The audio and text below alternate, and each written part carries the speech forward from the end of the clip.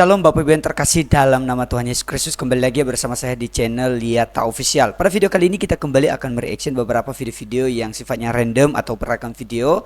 Jadi pastikan kalian tonton sampai selesai. Dan dalam video ini saya tidak berusaha menjadi seorang yang provokatif atau menjadi provokator dalam sebuah komunitas, apalagi dalam hal beragama, bukan, tetapi saya mau menunjukkan bahwa jika hal ini jelek, ya ngapain kita mengikuti hal jelek, dan jika ini baik, maka kita mengikuti hal yang baik.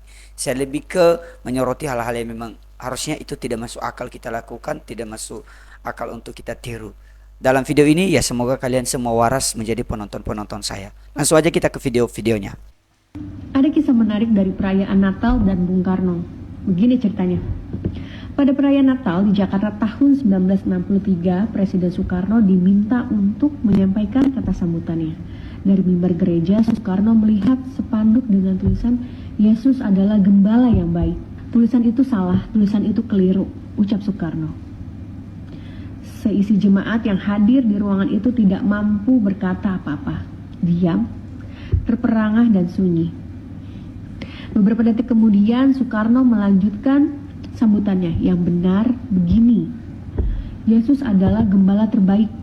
Kita yang hadir di sini sudahkah menjadi domba-domba terbaiknya? Ucap Soekarno kala itu. Seisi ruangan penuh tepuk tangan dan gemuruh serta disambut dengan sukacita. Selamat Natal 2025. Salam damai selalu untuk kita semua. Berarti menurut saya Bung Karno ini dalam pidatonya ketika dia bisa dapat menghadiri sebuah gereja, berarti itu artinya dia memberikan sebuah toleransi yang baik, karena dia kan dalam momen Natal dan dia diundang dan dia datang. Berarti itu suatu hal positif dong. Harusnya ini yang bisa diteladani oleh pemimpin-pemimpin saat ini, dan bahkan ya orang-orang zaman sekarang ini yang mungkin anti dengan Natal karena terlalu mengutamakan soal hubungan dengan yang di atas daripada dengan manusia. Padahal hubungan dengan manusia biasa aja, nggak membuat berdosa juga harusnya ya kalau ikut ibadah Natal. Atau mungkin kalau nggak ikut ibadah Natal setidaknya nggak membubarkan lah, seperti yang sudah terjadi di Indonesia kan.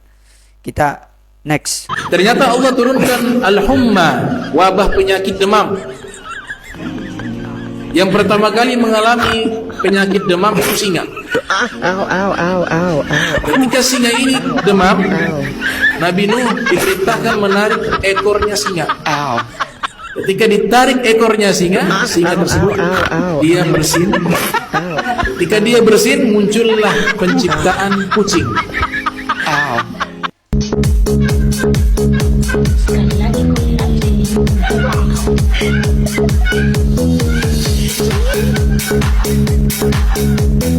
Mari kita jogetin saja.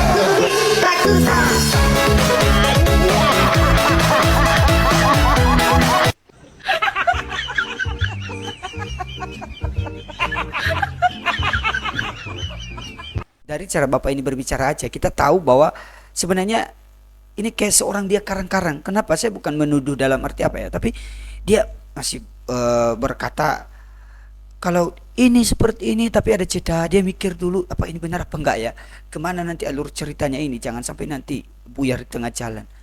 Jadi dari situ aja kita tahu kalau orang itu lagi mengarang apa enggak. Jadi makanya untuk teman-teman ya harusnya lebih waspada lah, lebih memperhatikan hal-hal seperti ini. Jangan langsung percaya aja, oh iya benar, oh iya setuju. Apalagi kalau dia sudah pakai peci, apalagi kalau dia mengklaim dirinya sebagai seorang yang menjadi pemuka agama atau menjadi pemimpin dalam satu agama. Itu. Kita lanjut. Makan babi sama korupsi dosanya gede mana? Jauh lebih gede korupsi. Makan babi kita satu kontainer. Anggaplah ya. Jadi ya yang makannya itu ya monster gitu, kaiju gitu. Misalkan begitu ya. Terus kaijunya pengen hijrah, pengen taubat gitu. Gimana ceritanya? Bisa nggak dia taubat? Dia taubat kepada Tuhan, kapanpun dia mau, bagaimanapun, maka itu selesai. Karena tobat, karena dosa kepada Tuhan itu selesai secara pribadi, selesai. Oh, jadi dosanya sama Tuhan. Ya, dosanya sama Tuhan, karena makannya babi kan. Ya, yang nggak bisa sama orang kan. Nah, tapi kalau misalkan korupsi, ini dalam Islam ya, mau tahajud setiap hari, mau kita puasa setiap hari, mau sholat, itu nggak bisa diampuni sama Tuhan dosanya. Oh ya, nggak bisa? Nggak bisa. Karena itu dosanya kepada manusia. Jadi satu-satunya cara untuk mengampuni dosa korupsi itu adalah setiap orang yang menjadi korban korupsi, kita harus minta maaf kepada dia dan mengembalikan seluruh kekayaannya, seluruh uang yang dikorupsinya. Baru itu kemungkinannya bisa dosanya itu bisa diampuni. Kemungkinannya begitu. Pak Guru Gembul sendiri yang ngomong. Apakah benar apa atau enggak? Ya saya nggak tahu. Tapi ini Pak Guru Gembul yang bilang bahwa dosa karena korupsi itu sebenarnya lebih lebih besar gitu loh, karena hubungannya bukan hanya soal dengan Tuhan tapi dengan sesama manusia gitu. Artinya ya mungkin minta pengampunan kepada Tuhan, tapi dengan manusianya sudah beres apa belum? Nah gitu. Sering kan orang hanya melihat oh dia dengan Tuhan tapi dengan manusia gak peduli gitu. Tapi saya masuk akal, hal ini juga masuk akal karena justru kalau kita taat kepada Tuhan ya dalam hal yang lainnya juga kita taat dong. Dan makanya saya lebih setuju dengan beliau ini.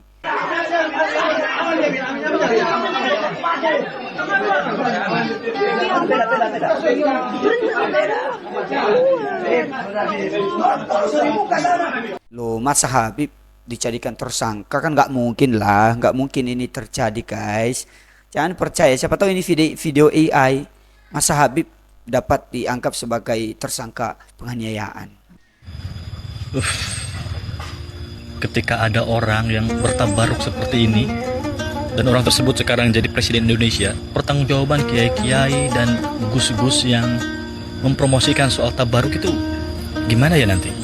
Tabaruk itu apa sih sebenarnya teman-teman? Saya nggak terlalu paham. Kalau yang saya bisa pahami dari narasi Bapak ini ya, nanti kalian bisa koreksi kalau salah. Seperti seorang presiden dia melakukan hal seperti ini. Tapi ini jangan sampai nanti menjadi ditiru oleh beberapa mereka yang mengaku diri sebagai kiai-kiai atau yang lain-lainnya lah gitu, seperti cium-cium kuburan dan lain-lain. Saya nggak tahu ya apakah seperti itu, kalian bisa koreksi saya.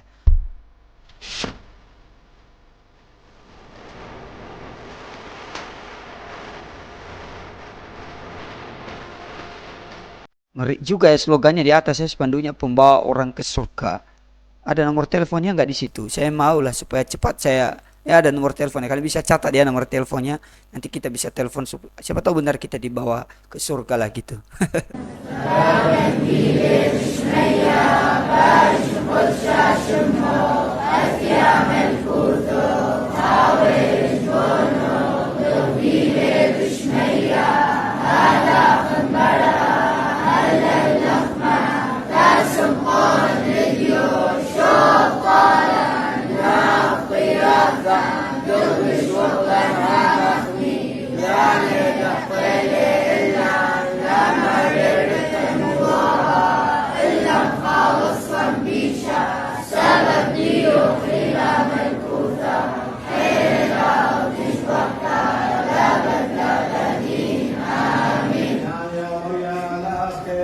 Anak-anak yang ada di Irak sana ya, kita tahu Irak ya lebih mayoritas Islam ya, beragama Muslim.